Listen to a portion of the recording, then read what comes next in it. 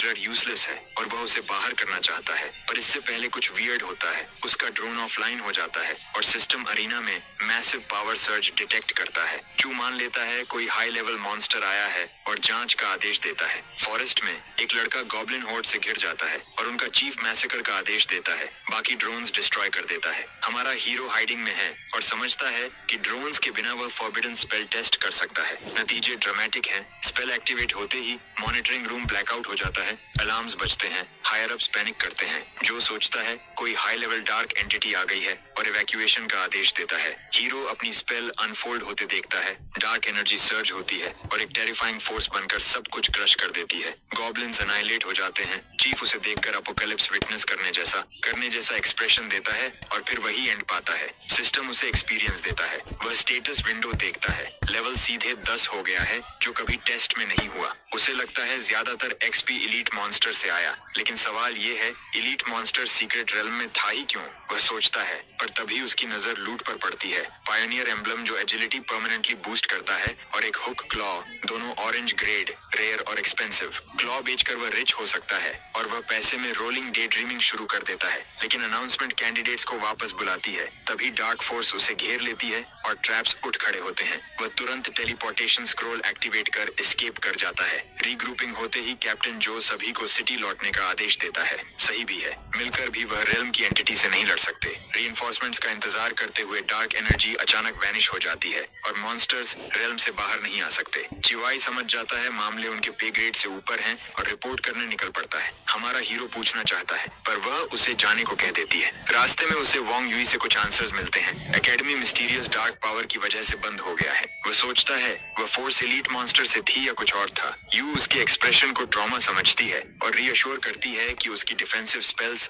Solo combat के लिए खराब हैं, इसलिए वह उसके ग्रुप में होगी। हीरो कंसर्न अप्रिशिएट करता है लेकिन मना कर देता है क्योंकि वह फॉरबिडन मैजिक दिखा नहीं सकता। पर यूए उसे चॉइस नहीं देती, बस टाइम और लोकेशन बताकर चल देती है। अब वह ट्रेनिंग एस्केप करने का एक्सक्यूज सोच रहा है, जो उस एलीट मॉन्स्टर से लड़ने से कठिन है। उसके मन में प्लान आता है जो फेल होगा या चलेगा पता नहीं। एमसी ट्रेडिंग सेंटर पहुंचता है सिंपल प्लान लेकर। कुछ इक्विपमेंट खरीदे, स्किल दिखाए और सिस्टम उसे वर्ल्ड एंडिंग स्पेल में न बदल दे। ब्राउजिंग करते समय एक woman high level equipment suggest करती है, लेकिन वह लॉन्ग टर्म इन्वेस्टमेंट नहीं चाहता। जब उसे समझ आता है कि यह रिच नहीं, वह उसे साइड कर नए गाइड को बुलाती है। आती है यंग शिन। वह उसे इक्विपमेंट सेक्शन ले जाती है। वह आइटम्स देखता है, कुछ तो ऐसे लगते हैं मानो उसे कंज्यूम कर जाए। काफी खोज के बाद वह एक रिंग चुनता है। फिर शिन उसे मास्टर वोंग के पास ले जाती है, सेलिंग का एक्सपर्ट। एमसी क्लॉ इवैल्यूएशन देता है। वोंग उसे इंस्पेक्ट करता है और बायर को कॉल करता है। कुछ देर बाद वोंग बताता है कि डील हो चुकी है। ट्रांजैक्शन फीस के बाद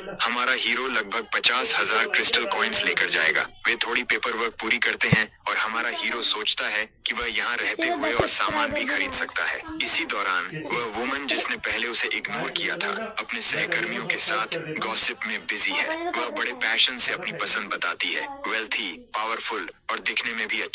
लेकिन तभी वह एमसी को वोंग से बात करते देखती है और शॉक में आ जाती है कि यह नोबडी एक ट्रेड में इतना पैसा कमा गया जितना उसकी कई महीनों की कमीशन भी नहीं। उसके चेहरे पर पछतावा साफ दिखता है और सच में डिजर्व्ड भी है। अगली सुबह हमारा हीरो अपनी नई स्किल्स का प्रैक्टिस करता है। उसने पिछली रात उन्हें टेस्ट किया था और शुक्र है सिस्टम ने उन्हें किसी डार्क कैटास्ट्रोफी में नहीं बदला। इसका मतलब वह उन्हें बिना अपोकलिप्स ट्रिगर किए इस्तेमाल कर सकता है। अच्छा महसूस करते हुए वह यूए को ग्रीट करता है, जो उसे अपने गिल्ड मेंबर्स से मिलवाती है। एक मेज, एक साउंड वॉरियर, एक रेजिंग बर्जर्कर और एक प्रीस्ट। ये समझने के लिए जीनियस नहीं चाहिए कि मेज, शाओ चेंग और साउंड वॉरियर उसे पसंद नहीं करते। चुंग खास तौर पर यूए पर फोकस है, जो अपनी सेकंड ट्रांसफॉर्मेशन के करीब है। वह उसे एक हाई लेवल पोशन ऑफर करता है, ये बताते हुए कि यह कितना रेयर और एक्सपेंसिव है। एमसी मोमेंटरली इम्प्रेस्ड होता है क्योंकि क्लास एडवांसमेंट करने में पूरे 30 लेवल्स लगते हैं। तो यूए सच में एक्सेप्शनल है, लेकिन यूए गिफ्ट को डिक्लाइन कर देती है और चंग की दुनिया थोड़ी टूट जाती है।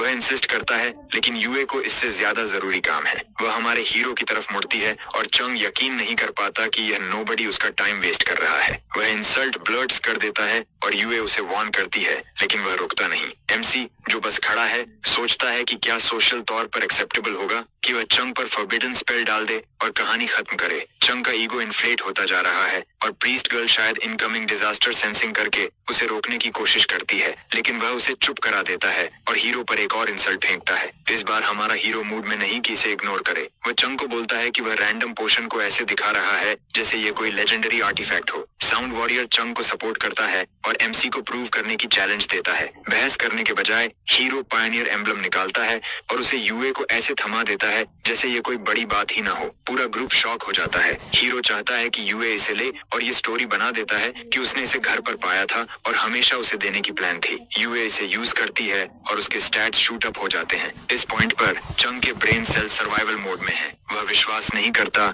या शायद करना नहीं चाहता। वह टिपिकल लूजर मूव करता है और एमसी पर चोरी का आरोप लगा देता है, लेकिन रियलिटी उसकी फीलिंग्स की परवाह नहीं करती। मजबूरी में वह अपनी ईगो निगलकर घुटनों पर बैठकर माफी मांगता है। एमसी सेटिस्फाइड होता है और यूए के साथ चला जाता है। रास्ते में यूए अपॉलॉजी करती है और हीरो इसे इग्नोर कर देता है, लेकिन उसे सलाह देता है कि वह अपनी सेकंड ट्रांसफर